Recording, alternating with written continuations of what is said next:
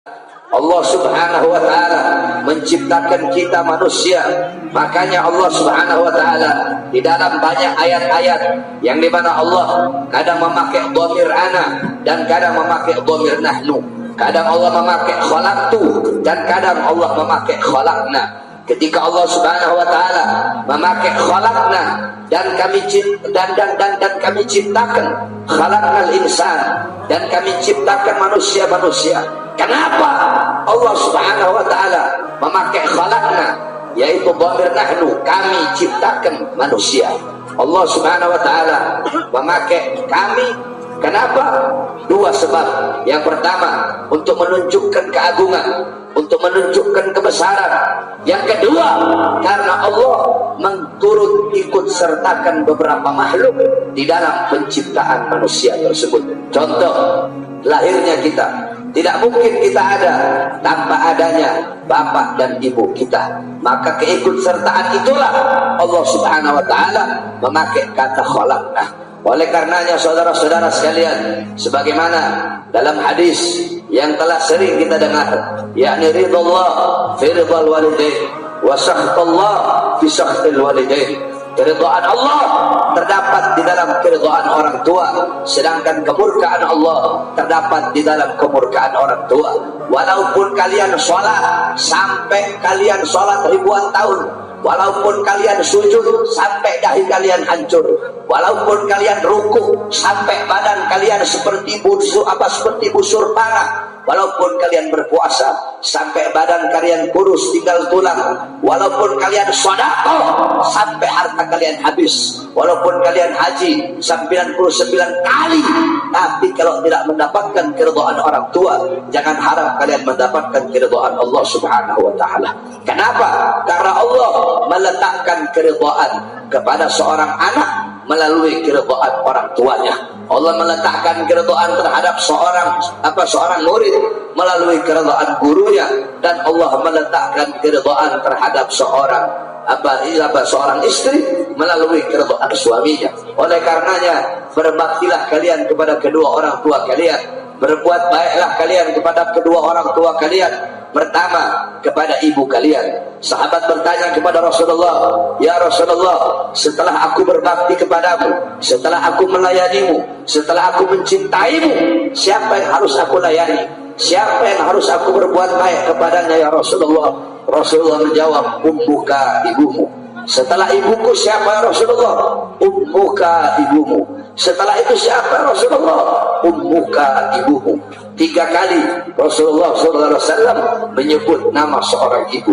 Saudara-saudara sekalian, ibu kita yang melahirkan kita, ibu kita yang dimana selama 9 bulan kita berada di dalam perut ibu kita, kemana-mana kita dibawa, kemanapun dia pergi kita dibawa, apa yang dia makan kita makan, apa yang dia minum kita minum. Saudara-saudara, jangankan ketika ibu kita mengorbankan jiwa dan nyawanya untuk melahirkan kita, jangankan dia melahirkan kita, yang dimana ketika melahirkan itu berapa banyak urat-urat dia yang putus ketika melahirkan kita.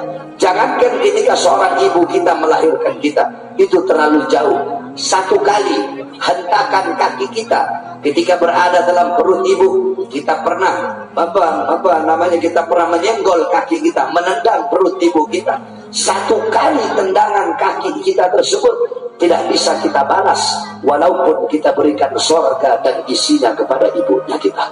1 kali hentakan kaki seorang anak yang ada dalam perut ibunya tidak bisa dibalas, walaupun diberi surga beserta isinya. Maka bagaimana kita akan membalas jasa seorang ibu yang telah melahirkan kita, yang telah menjadi sebab adanya kita di dunia ini. Oleh karenanya, berbuatlah baik kalian kepada kedua orang tua kalian, lemah lembutlah kalian kepada bapak ibu kalian. Kewajiban kita sebagai anak untuk berbakti kepada kedua orang tua, untuk selalu taat kepada perintah kedua orang tua selama perintah tersebut bukanlah perintah bermaksiat kepada Allah. Sebab la ta'ata lil makhluk fi maksiatil khaliq. Tidak ada ketaatan kepada makhluk di dalam bermaksiat kepada Allah subhanahu wa ta'ala.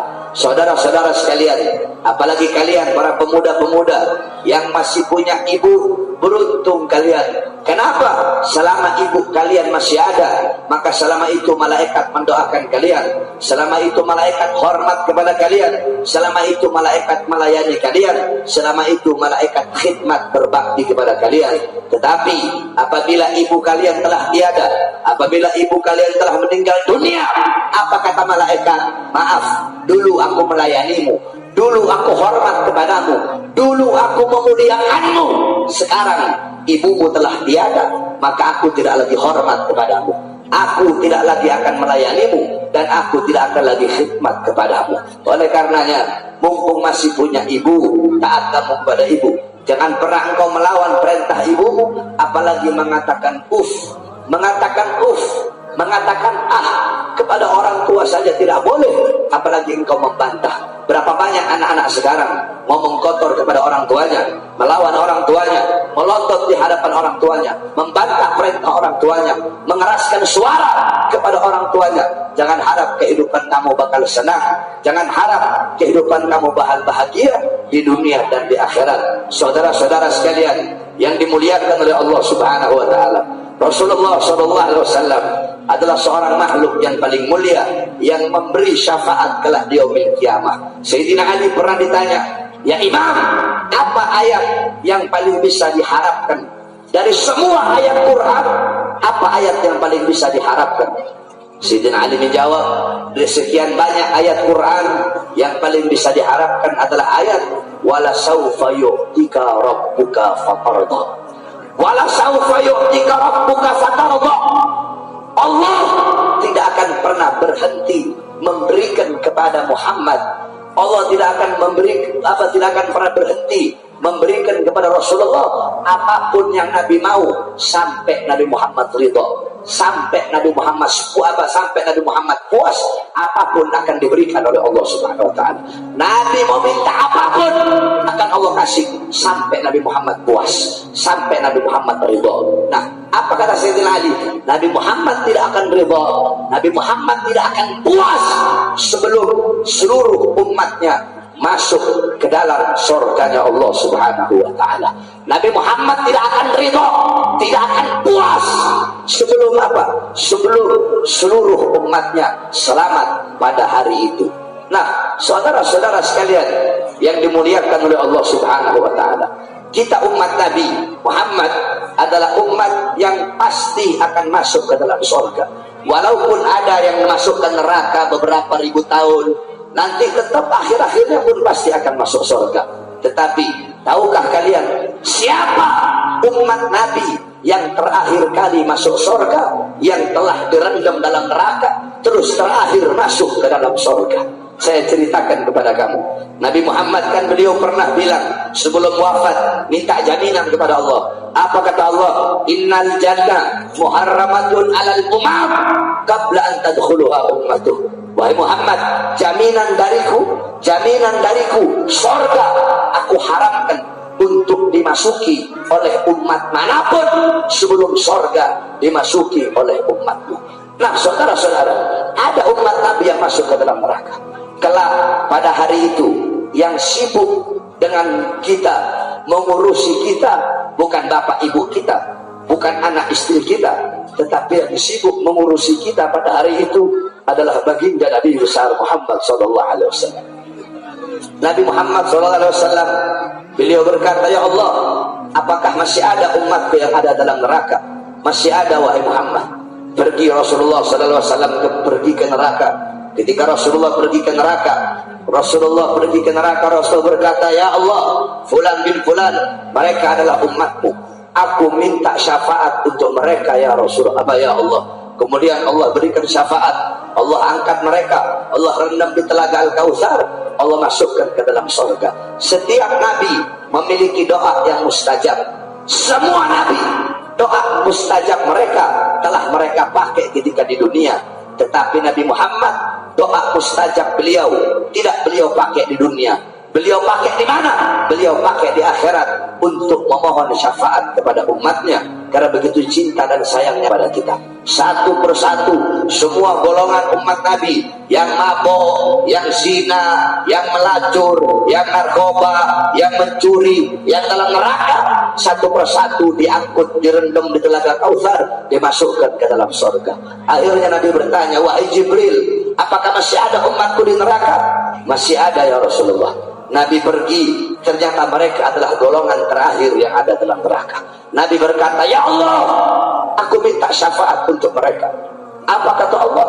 Wahai Muhammad, mohon maaf, kalau untuk golongan yang ini aku tidak bisa mengampuni mereka, dan aku tidak bisa memberikan syafaat kepada mereka walaupun engkau yang meminta.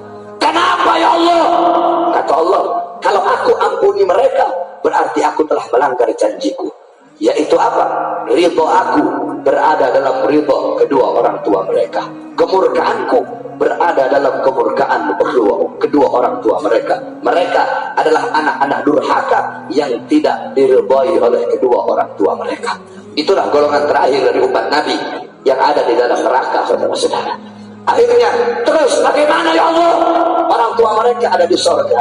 Nabi Muhammad pergi lagi ke sorga. Nabi bilang, siapa orang tuanya fulan bin fulan, fulan bin fulan, fulan bin fulan, fulan bin fulan, aku tidak bisa memberikan syafaat kalau kalian sebagai orang tua belum ridho kepada mereka. Akhirnya orang tuanya berkata, kami ridho ya Rasulullah, kami ridho ya Rasulullah, kami ridho ya Rasulullah, kami ridho ya Rasulullah. Mereka semua orang tuanya ridho. Nabi pergi lagi ke neraka, memohon ampun lagi, sehingga mereka kemudian diangkat oleh Allah, dimasukkan direndam di telaga Kautsar, kemudian dimasukkan ke dalam surga. Mereka lah golongan terakhir daripada umat Nabi yang habis dari neraka dimasukkan ke dalam surga. Siapa mereka? Anak-anak yang kurang ajar dan durhaka kepada kedua orang tua. Oleh karenanya, saudara-saudara, saya wasiatkan kepada kalian, mumpung bapak ibu kalian masih ada, berbakti kepada mereka. Jangan sekali-kali kalian menada lebih tinggi. Kamu mau tahu kenapa saya sekarang bisa seperti ini? Dakwah di sana, dakwah di sini, dakwah di sana, dakwah di sini, dakwah di sini, dakwah di sini. Bukan karena diri saya, bukan karena saya mondok berapa tahun, bukan. Tetapi ini saya dapatkan karena berbaktinya saya kepada saya punya umi yang masih hidup sampai sekarang. Saya punya umi, saya bikin seperti raja, saudara-saudara. Saya punya ibu, saya taruh di atas kepala. Banyak cerita-cerita yang tidak bisa saya ceritakan di sini tentang bagaimana berbaktinya saya kepada saya punya ibu. Walaupun ibu saya bukanlah seorang syarifah, ibu saya bukan syarifah, ibu saya bukan cucu Nabi. Ibu saya walaupun bukan syarifah, tapi saya taruh beliau di atas saya punya kepala, sehingga saya jadi seperti ini berkat doa daripada saya punya ibu. Apapun perintah ibu saya selalu saya laksanakan. Ibu Umi, anak punya Umi bilang A, saya A. Umi bilang B, saya B, sampai detik ini. Umi saya bilang ya Muhammad, nama saya kan Muhammad Bahar. Kalau Umi saya panggil saya Muhammad, bukan Bahar. Sama saya ini Muhammad Bahar. Jadi saya sama Abah, sama Umi itu saya dipanggilnya Muhammad, bukan dipanggil Bahar. Ya Muhammad, dia begini. Ya Umi. Muhammad, ya Umi. Kemarin di Manado, kalau bukan Umi saya yang tahan saya sudah maju lawan untuk itu Laskar Manguni. Tapi berhubung Umi saya yang tahan saya, ampun, saya nggak berani melawan perintah Umi saya. Oleh karenanya Habib Umar bin Hud al-Abbas, siapa yang tidak kenal beliau? Habib Umar bin Hud al-Abbas menjadi wali besar. Kenapa? Karena baktinya beliau kepada ibu beliau. Oleh karenanya kalian para pemuda-pemudi Islam berbakti kepada bapak ibu kalian, apalagi ibu. Kalau bisa, kalau kalian mau ngikut saya, setiap malam Jumat itu kalian ambil air, cuci kaki ibu kalian. Kalian cuci kaki ibu kalian, kemudian kalian minum airnya. Minta ridha kepada ibu bapak kalian. Saudara-saudara, saya mau tanya sama kamu semua yang hadir di sini. Jawab yang keras. Kalau saya ngasih jam tangan saya kepada kamu, kira-kira kamu bilang apa kepada saya? Bilang apa? Bilang terima kasih kan? Saya ngasih jam tangan saya kepada kamu, kamu bilang terima kasih.